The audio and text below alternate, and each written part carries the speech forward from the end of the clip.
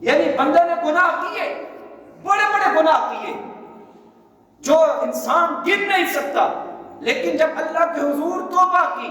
جب رب کے حضور طیب ہو گیا اور توبہ عام نہیں خاص توبہ کی، اللہ قرآن میں فرما رہا ہے فَأُولَٰئِكَ يُبَدِّلُ اللَّهُ سَيِّئَاتِهِمْ حَسَنَاتٍ، یہی وہ لوگ ہیں جن کے گناہوں کو ہم نیکیوں میں بدل دیتے ہیں۔ توبہ کی فضیلت، توبہ یہ میرے رب کی طرف سے بہت بڑا حضرت انسان پر انعام ہے، اور رب ذوالجلال حضرت انسان جو بھی کلمہ گو ہیں انہیں بخشنا چاہتا ہے۔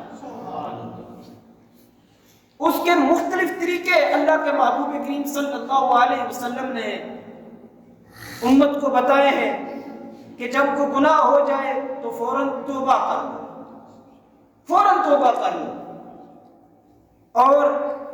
مختلف طریقوں سے، مختلف حدیثوں سے ہمیں یہ بات پتہ لگتی ہے کہ رب ذوالجلال نے اتنی امت محمدی پر صلی اللہ علیہ وسلم اور اتنی کرم نوازیاں عطا فرمائی ہیں، جس کو رب ذوالجلال توبہ کرنے کی توفیق عطا فرما دے تو اسے اللہ انعام کیا عطا فرماتا ہے، کتنا بڑا انعام ہے کہ مختلف گناہوں کا اللہ رب العزت نے ذکر فرمایا سورۃ الفرقان کے اندر، مختلف گناہوں کا ذکر فرمایا، یعنی ایک شخص شرک میں مبتلا ہو گیا اس کا ذکر فرمایا، زنا میں مبتلا ہو گیا اس کا ذکر فرمایا، چوری اور ڈکیتی کا ذکر فرمایا، یعنی مختلف گناہوں کا رب ذوالجلال نے جب ذکر فرمایا کہ ان گناہوں کے بعد اگر کوئی شخص توبہ کر لے تو اللہ انعام کیا عطا فرماتا ہے، إِلَّا مَن تَابَ وَآمَنَ وَعَمِلَ عَمَلًا صَالِحًا فَأُولَٰئِكَ يُبَدِّلُ اللَّهُ سَيِّئَاتِهِمْ حَسَنَاتٍ وَكَانَ اللَّهُ غَفُورًا رَحِيمًا۔ یعنی پیچھے گناہوں کا ذکر فرمایا، آگے اللہ رب العزت نے فرمایا إِلَّا مَن تَابَ، مگر وہ جو تائب ہوئے، وَآمَنَ اور ایمان لائے، وَعَمِلَ عَمَلًا صَالِحًا اور ایمان لانے کے بعد عمل صالح کیے، فَأُولَٰئِكَ يُبَدِّلُ اللَّهُ سَيِّئَاتِهِمْ حَسَنَاتٍ، یہی وہ لوگ ہیں جن کی برائیوں کو ہم نیکیوں میں لکھ دیتے ہیں۔ توجہ ہے جی؟ اور ایسی کوئی کریم ذات ہے جو بندے کی برائیوں کو اٹھا کر نیکیوں میں لکھ دے؟ وہ ایک ہی کریم ذات ہے، وہ اللہ رب العزت کی ذات ہے۔ یعنی بندے نے گناہ کیے، بڑے بڑے گناہ کیے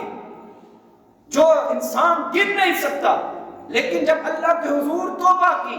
جب رب کے حضور طیب ہو گیا اور توبہ عام نہیں خاص توبہ کی،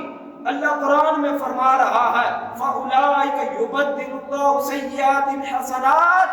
یہی وہ لوگ ہیں جن کے گناہوں کو ہم نیکیوں میں بدل دیتے ہیں، جن کے گناہوں کو ہم نیکیوں میں